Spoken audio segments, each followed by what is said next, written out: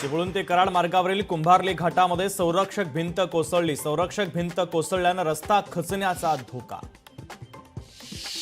आधी तार आणि आता पिनकोड होणार कालबाह्य। आता पिनकोड ऐवजी करावा लागणार 10 अंकी डीजीपींचा वापर। भाजप विरोधात काँग्रेस आक्रमक। अदानी हटाव धारावी बचावसाठी काँग्रेस करणार आंदोलन। उद्या जनाक्रोश आंदोलन। श्री विठ्ठल रुक्मिणी मंदिर समिती बैठकीमध्ये सामाजिक कार्यकर्त्यांचा गोंधळ। मंदिर प्रशासनाच्या विरोधात सामाजिक संघटना आक्रमक। बोरिवलीमधील हुक्का पार्लरवर पोलिसांची कारवाई। पोलिसांनी छापा टाकत हुक्का संदर्भातील काही साहित्य केलं जप्त।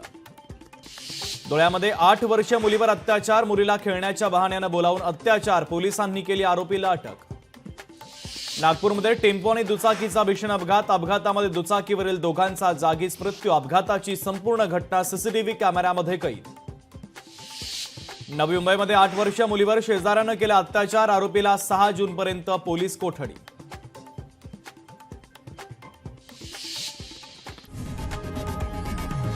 लोकशाही मराठी ऐका, पहा, जागरूक रहा।